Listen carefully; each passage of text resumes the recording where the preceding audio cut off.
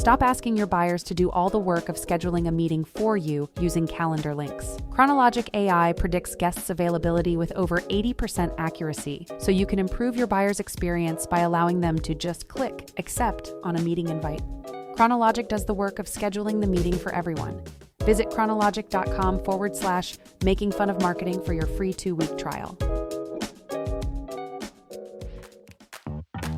Trust your gut, isn't it? I think, like you said, trust your gut and go with that, and don't try and force fit something. Like you said, you've not pored over it for days. You just got some robot to generate it. So if it's not great, it's fine to rip it up.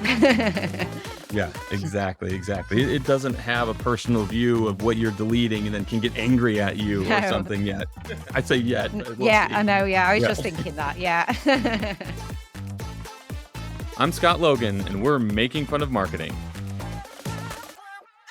Hello, everyone. Welcome to this episode of Making Fun of Marketing, where we try to make light of some things that we do that are silly, try to bring some better ideas of how we could do those things better, not just poke fun, even though that is the fun part, and walk away with some tactics and maybe new strategies that we can go ahead and start employing and trying right away. So today's topic is content, and we have an amazing content thought leader here, Amy Woods. She's the founder of Content 10X, and her resources and content and assistance can be leveraged at content10x.com. So thank you, Amy, for joining us today. Thank you so much for having me. It's a pleasure to be here. So yeah, looking forward to it. Great. Let's go ahead and start with our usual eye roll moment, if you will. And I'll pose that to you. What are some of the things that we do that you're still thinking, why, after all this time, what's the purpose still of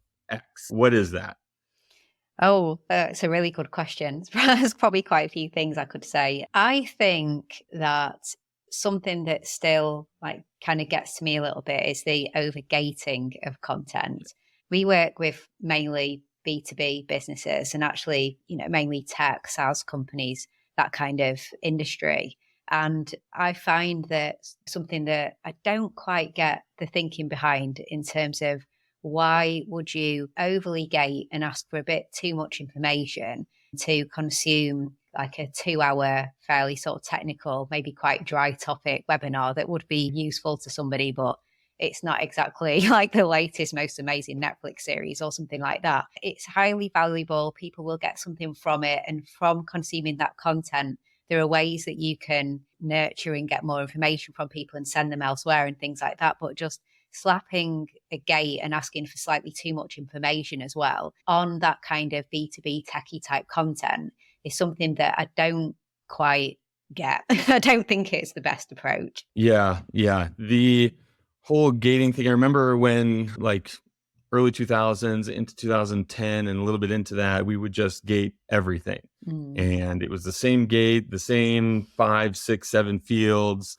If you wanted to see anything, and then be sure that you're going to get a follow-up from someone, even if it's like an infographic. And I think that most of the B2B content is now ungated, but, and we've gone down the road of ungating everything, but there maybe are still some areas where you would gate. What would you still gate? What seems valuable there? Well, I think kind of upgrading the content experience with something that if you're going to get value from this, there's this super simple to download, easily consumable piece of content that is a no-brainer. It's going to be useful to you if this is useful. So I think those kinds of pieces of content, and I get it if it's things like asking people to complete some kind of scorecard or something like that, where you can get an email with more in-depth report. So we'll give you an overview, but if you want an in-depth report, then here's your email address and things like that. So I think it's just around long form, really long form content being overly gated. But I think it's absolutely fine for high value, snackable, or longer written content that contributes, like the white papers that contribute the webinar or something like that. There's a place, 100% there's a place. I just think it's sometimes done in slightly the wrong way. Okay. So when you first said upgrade, I thought it would be that teaser information you give away.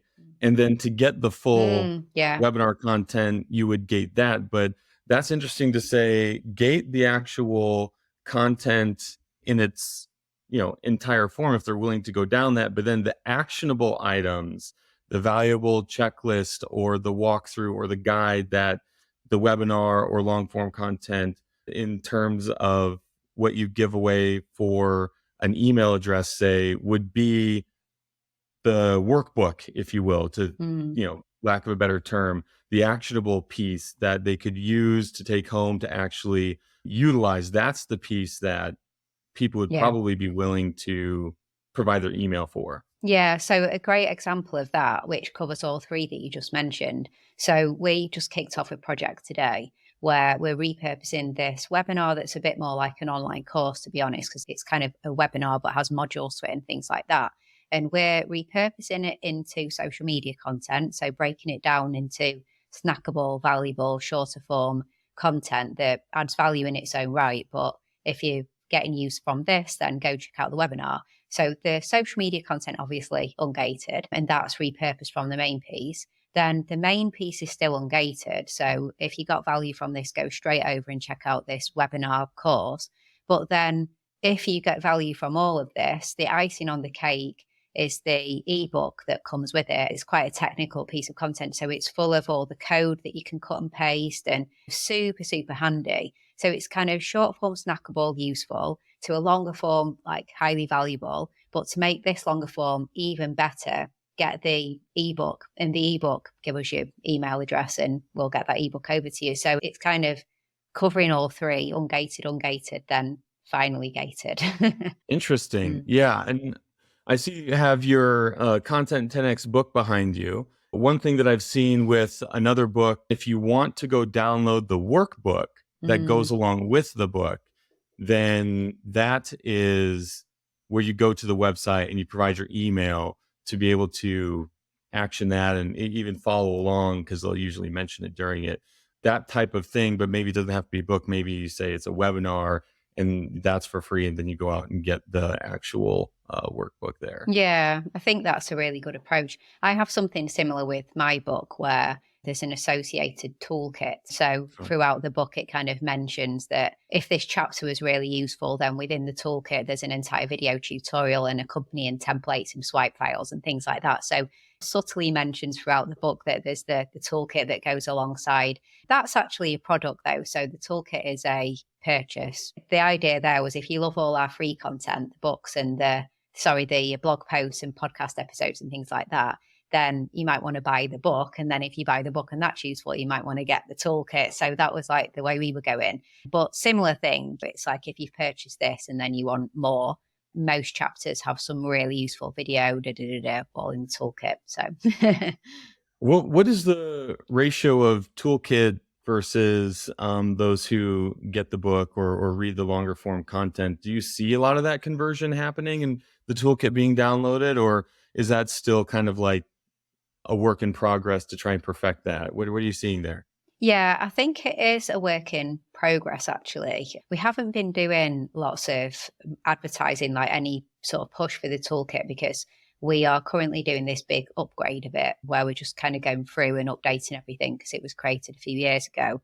So I know when we have sales for it, it must be somebody who's bought or reading the book, because we're not doing anything else really publicly about it. I would say that I wish I knew. I feel like one of those people who gets asked a question on Shark Tank or in the UK Dragon's Den where you should really know the numbers. I should immediately be telling you a statistic that I know from that. I'm not sure the conversion. I'd probably say maybe if I compared toolkit sales to book sales, it might be about 20 to 25% of people who buy the book go on and buy the toolkit. It's a bit challenging. The book's on Amazon and then toolkit's on another platform, and you don't get to necessarily find, but I generally think that's about the conversion. Yeah, and I know we're going down this road a lot. I didn't really anticipate it, but now I have all these questions popping into my head.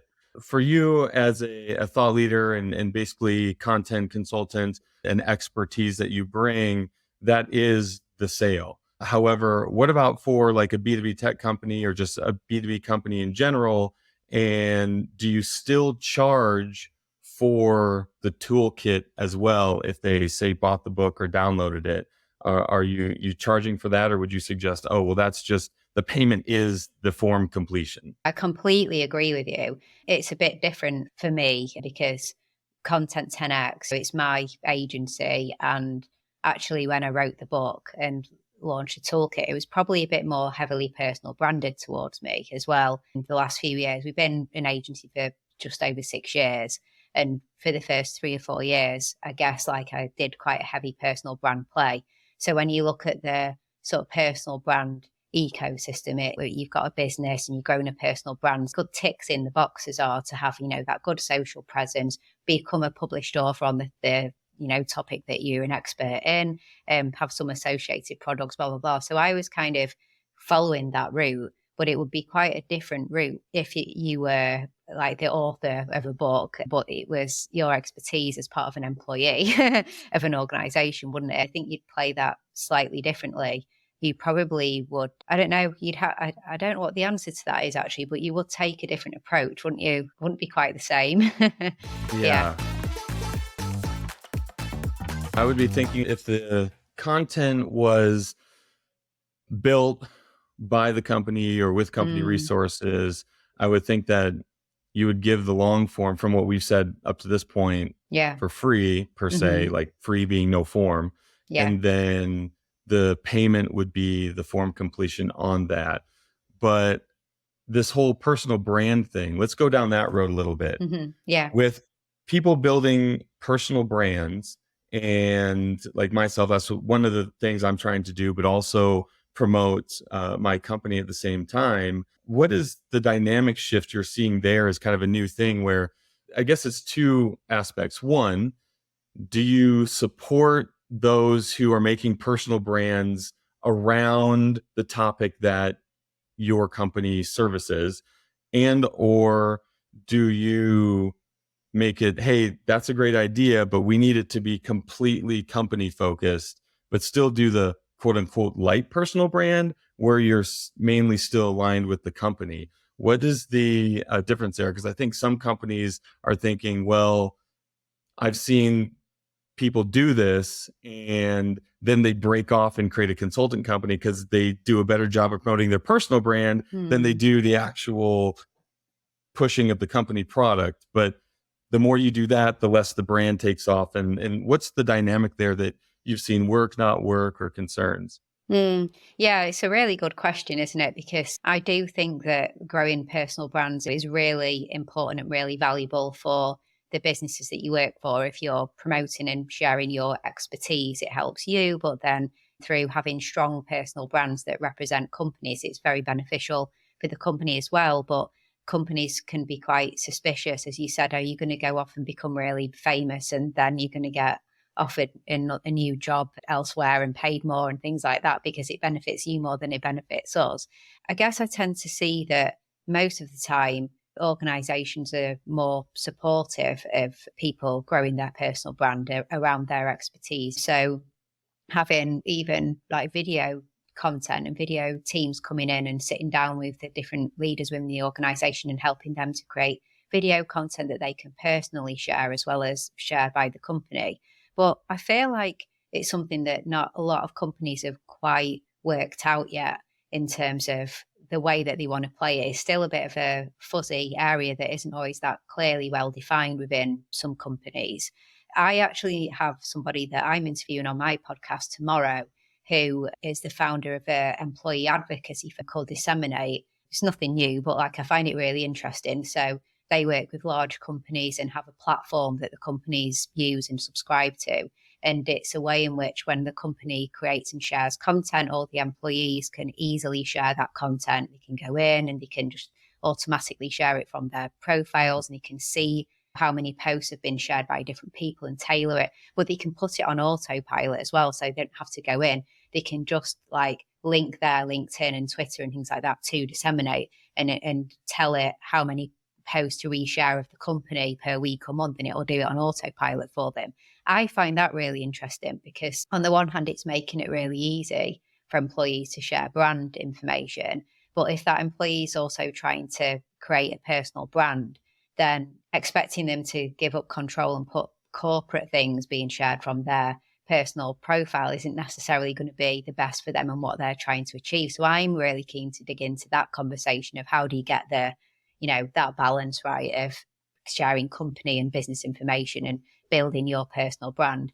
But I don't know if you've seen that to be something that's not that clearly well defined within certain organizations. I don't think a lot have really figured that out fully. I think maybe a handful of years or less ago, it was more like, to use the meme that's out there of don't be suspicious, don't be suspicious. And you kind of had to like tiptoe around the topic. Now, I think you're spot on with companies haven't figured it out. So if you want to do that, you can openly approach them with it and say, listen, this is a way to get really good content. We're not going to give it as many impressions unless you sponsor it. And then they also, I think it's a money thing. They want the company piece to be promoted so that the LinkedIn or social media company can create the revenue stream from it versus, an individual person, we need to promote that because of the latter. Yeah, it's really interesting, isn't it? There's a story, in the UK, really like a sort of well-known and quite successful agency called Social Chain. And the CEO has gone on to be a Dragon's Den and things like that. He left. And then the lady, the key person who was running it, like the main managing director, she had a really strong personal brand that came quite from nowhere. Like she went from not being on LinkedIn to being named in the top 10 LinkedIn influential voices in the space of a year. And she was working with a personal brand agency, the same agency that was working with the CEO who's gone on to All Sorts now. And so they were working with her. I know the owner of the agency, and they were working with her to develop this personal brand and get the LinkedIn content out there and things like that. She did great, but had really like people who exactly knew what they were doing to grow her personal brand.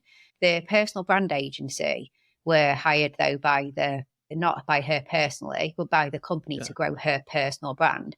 The content was never really about Social Chain. She mainly was an advocate for mental health in the workplace. So she spoke a lot about, like kind of core personal pillars. So it was an awful lot about mental health and things like that. And then just about leadership. I don't think ever really saw anything about the actual company she worked for. And I remember asking the personal brand agency, it's funny to me that the company invests in all of that content because there's never any mention of who she works for. And it's purely growing her personal brand. And the response was, but you should see how the company has succeeded, how they've soared based on the growth of her personal brand. If you lay it on a chart and like you were looking at her personal brand and just going up in this curve, brand was going more and more and more, the company was growing, then it's like, well, that's quite a heavy dependence on somebody then, isn't it? Because like what happens if she leaves? And she did, so she's not there anymore. Hasn't affected the company because new people come in and it was handled very well. But they got to such a point through not only that, obviously many other factors as well, but it was really interesting to see how a pure personal brand play still hugely like impacted the growth of the business that she was managing director of. So, yeah. Wow, that's fascinating. I like that forward thinking by the company to say, hey, we're going to fund this because it's going to rise tides for all ships, if you will. You'll probably stay there a little bit longer if the company is supporting it and funding it as well, even though inevitably the person may leave, which in this case they did.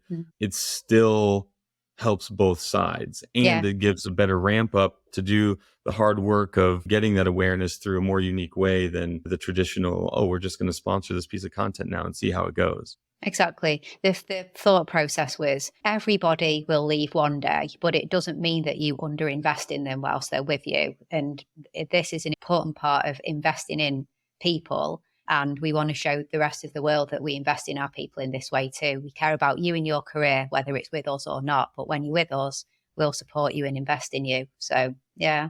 Yeah, that's fantastic. So I guess maybe there's a case in point of approach your marketing leaders and your business leaders to say, hey, we want to do this. Here's what we've seen happen out there. And this is a passion of mine. So my work is going to be more quality. As long as you're still hitting the metrics and doing the job that you were hired to do, then it's all the better for everybody.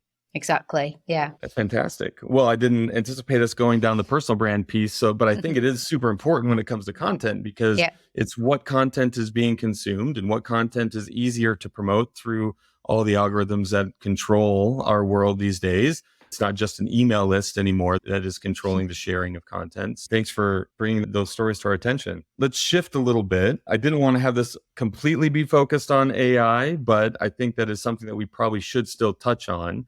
And we'll maybe take a little bit different angle. It's not like, how can it work with us? How can we do it? Should we do it? I think that we're all leaning down the path of, is it going to happen? Like my wife just texted me. She's at an educational conference right now in Philadelphia. She's a tech leader at the school district where she manages how to implement technology in the classroom. And the slide that she sent me goes, this seems like it's opposite of what we're seeing in the world. And I don't have my phone. Oh, here's my phone right here, but I'll just tell you what the slide said, where it had not affected by AI. Now, this is the education industry. Marketing and creative were the number 1 and 2 things on the list of not affected by AI. Really? She goes, this isn't right, is it? I'm like, no. In fact, it's already significantly impacting us. And she's like, yeah, that's what I thought. But I don't think I'm going to stir the pot here on this. It's not worth it. But it's interesting how the different industries are viewing AI like, oh, we're the more affected by it right now. I think maybe you're just in that world a little bit more. So on that note, what does it mean to use AI? And what are some areas where AI is working really well and areas where AI just isn't even close to there yet? Just from, things that I've seen, I think that AI is really good for helping with finessing aspects of content and doing some research for content. But I don't think it's good at the actual creation of content. For example, writing a blog post, it might be good at doing a copy review. Could you improve the opening hook? Can you give me 5 alternative headlines? Can you develop it further and stuff? So I think that not actually creating content, but actually helping speed up processes and help some aspects of ideation in terms of giving you alternative suggestions from things that you've already come up with. But I feel like, I don't know, in my line of work, we're repurposing content and there's lots of AI tools that exist when it comes to content repurposing. But put your video into this AI tool and it will find the best moments and snip it up and give you short pieces of content from it. I'm sure there are good versions out there, but there's nothing that we've found that we would use yet that is good. We're an agency that our core value is around content, so we can't let anything slip, and we haven't found anything that would improve our content from a quality perspective. I'll give you a really funny example because it's making fun of marketing. So there was this tool that I got emailed the other day, somebody saying, check out our tool that it takes your videos and slices and dices them up for Reels and TikToks. And on their actual homepage, they used it as an example, which I just thought was really funny, is there was a video that had 2 people speaking to each other. So there was a camera in the room and they were being interviewed. One person was sat to the left, one person was sat to the right. It was filmed in that horizontal landscape format. Yeah. And the reels that they'd automatically snipped through the power of AI took the middle shot of the video. It didn't have either person in their screen. It just had their arms and feet, like, because they were kind of, you saw his feet and it's hilarious. And I just thought, oh God, this is so bad, because if we were doing that, we would pan from like when that person's talking to that person's talking and that kind of thing. No panning, anything like that. Didn't even pick up there wasn't a human in the shot, and just had the middle with like the camera, bit of hand, bit of foot, and voices coming from left and right. You didn't know what was going on. And it was really funny. Also just so funny that they hadn't spotted that was their showcase example on the homepage of their site. So clearly early stages of this company and things like that. Another thing, it's not new at all. It's been around for ages. We'll take your long form written content like your blog posts and your white papers or things like that, and we'll go through it and whip out some tweets. And, before you know it, we'll have generated 20 or 30, 50 tweets for you. Again, we haven't seen anything that does that with any level of quality that you would dream of just tweeting out things that it comes out with. I was going to have somebody on my podcast who was a founder of a company that did this once, and I didn't want to have them on until I'd tested the platform, because I didn't want to be saying that I thought the platform was really good if I didn't think it was good. So we tried it, and we were laughing so hard. We had like tears rolling down our faces of the tweaks it was coming out. It was just so bad and so robotic. There's always needs to be that human side to it, and you can't replace humans. You can't replace creativity. So I think what will be great is that AI can replace a lot of the mundane tasks and speed up some processes, but it won't replace the human review. And hopefully we'll keep creativity with the humans, and then we can use AI to help us implement our creativity by replacing some sort of mundane tasks and things like that. So yeah, it's generating rapidly. We're trying and experimenting with it, but yeah, like it's, so from a repurposing perspective, there's no generative AI tools that we found that are good for our quality standards, at least anyway. So yeah. You talked about it refining. I've actually done the opposite, where I give it an input and I have it write my first draft or whatever. Like in Chronologic, we have it in our email builder where we'll we actually call it first draft. It writes your first draft. And then the human or myself or someone on the team will then do the refining of it to like, well, you kind of got it the right way, but it's framed really well. And I didn't have to put the thought into framing it and building out the first piece of it. But now I can come in and start to tweak it to make it more along the tone that I was looking for. And then there are some use cases, like you mentioned, where it can give better variations of taglines or titles or headlines, and then even say, optimize this for SEO around this. It does have that knowledge to be able to give you some better feedback there. So perhaps you can even use it for both, but certainly not for the entire process. No, I think when you put something in and get it to help you with the first draft, I agree with you. I think that all comes down to how good your initial prompt is. The quality that comes out is affected by the quality of the prompts that go in, and you can do lots to improve that. Yeah, you feel beholden to the work that's there or what went into that, and trusting that more than your gut. Trust your gut, isn't it? I think, like you said, trust your gut and go with that, and don't try and force fit something. Like you said, you've not pored over it for days. You just got some robot to generate it. So if it's not great, it's fine to rip it up. Yeah, exactly. It doesn't have a personal view of what you're deleting and then can get angry at you or something yet. I'd say yet. But we'll see. I know. Yeah, I was just thinking that. Yeah. So along those lines, what are some of the newer pieces of content or newer thought leadership out there that people have maybe experimented with or even just talked about doing that you think is really fascinating? Oh, it's a really tough one. There's not an awful lot that's really fascinated me recently, to be honest. I think there's been so much talk about AI, and I've been looking for tools that have really sort of fascinated me and amazed me, and I haven't really found that yet. I think the short form content that we're seeing on TikTok and Instagram Reels and the really creative content that comes from these really short snippets of video, again, it's nothing new, but I really love what's going on over there. And I really love what can be achieved, in short spaces of time, in the creativity and the way to get these points across or evoke some kind of emotion, be it laugh or whatever.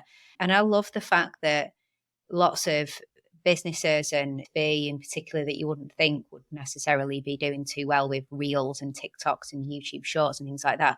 I love the fact that there's some companies that have been really smart in managing to jump on trends that are working and jump on the viral type content, but with the right spin for them, like what they're marketing, but translating it.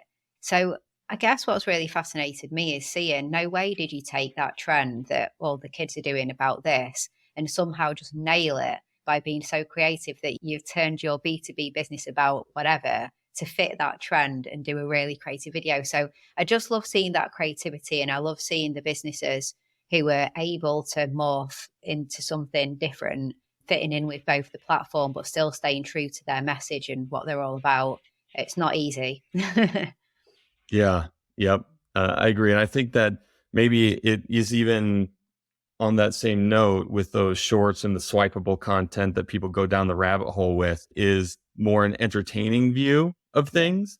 And maybe it's just nothing to do with what you do or lightly relates to it, but it follows along with where the swipeable content is at that moment, what the current trend is at the moment, and is more of an entertainment value that drives awareness, which is way better awareness than, say, a display ad days of old, perhaps, maybe. Yeah, and there's some companies that just do it really well, I think, and really lead the way, like Vidyard with their separate sort of media side called Sales Feed. They just do that so well. It's still about what they can talk about, sales really, but that, yeah, like really clever, informative, entertaining ways of fitting into the platform and being true to brand. Yeah. Yeah. So let's cut to the end, and we're going to try a segment in Making Fun of Marketing alignment of punchlines. So I have 3 questions. You can give your one-hitter punchline on these 3 topics. So we'll start with the most annoying thing of content marketing is creating content that is just not fit for the platform that you've created it for. So thinking you have a one size fits all approach for every type of platform and not thinking about why people are there. That's mine. Yes. Yes. Like, probably don't put your Grimace commercial or instant thing on your homepage, or exactly. vice versa, your long page white paper on TikTok. Probably not. Yeah, exactly. Crazy idea is. Oh, crazy idea. Oh, I'm not feeling so crazy. Maybe we just talked about it with the Grimace thing. I was just going to say, I think it's just like getting crazy with how you can manage to find creative ways to get your message into some of the creative, fun, viral things that are going on the platforms like TikTok. As we just said, to just move with the times and be entertaining and engaging, but stick with your brands. Whichever the trends are that work for you, just go a bit crazy and see if you can create something fun that relates to it. Yeah. And I'll double down on that and say those are the moments where you're coming up with those ideas that are the most fun days at work, because 100%.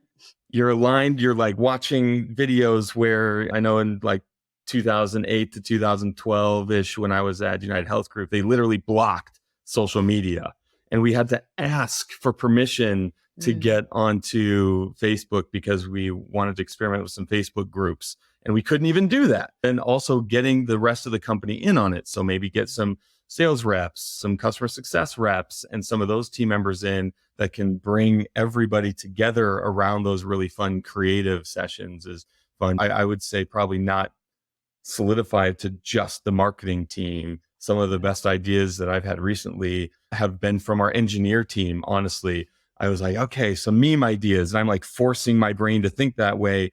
And I brought the engineers into a session, and they literally were slacking me like a dozen. Can we even use them? They're like, I created it just now while we're brainstorming. Like, okay, brilliant. This is awesome. You're going to be in every session now. I absolutely love that. That's brilliant. Yeah. All right. And the last one, most unpopular opinion that you have.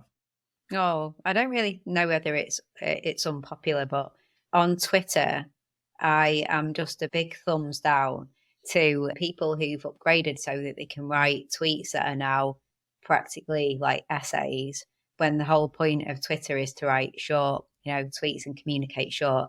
And I just don't does anyone click on that little show me more and then read the essay blog post that someone just tweeted out? It seems to be quite popular, and people talk about it and say, oh, if you get Twitter Blue, you can write really long tweets. I just don't get why you would want to write a blog post as a tweet. So I don't know if it's the most unpopular opinion, but I don't get it. I don't know why you would do that. Yeah, that goes right along with your first one of making sure the content aligns to the form of content that is consumed on that channel. Blog post, still valuable. Posting it on Twitter, not so valuable. No, work out how to communicate some key points from that post into a interesting tweet and then put it out as a tweet. Yeah, I don't know. It's just really weird. I just never, if I click on that expand and see that it's like mountains of content, that's not why I'm on this platform. So move on. That's one for me. Fantastic. Well, Amy, thanks for joining us today on Making Fun of Marketing. And do you want to plug anything or point anyone into the direction of finding some of your content to help their content? Yeah, all I would say is just head to content10x.com. So content10x.com. If you have any interest at all in finding out more about maximizing and repurposing content. So hundreds upon hundreds of free content on there. And then if you want help with doing it, then there's information about that too. Any tips and advice on distribution and repurposing of content, then content10x.com is the place to go. Fantastic. Well, thanks for joining us and sharing those awesome insights. I know that I even learned quite a bit on this episode, so that's fantastic.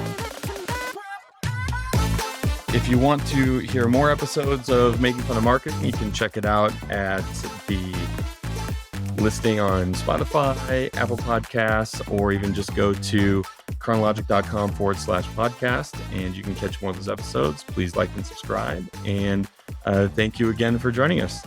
Hopefully this was a bright spot in your day. You can go ahead and listen to more episodes at chronologic.com/podcast and give us a 5-star review and subscribe if you just want to hear more and get it fed to you. Thank you. Have a great day, everyone.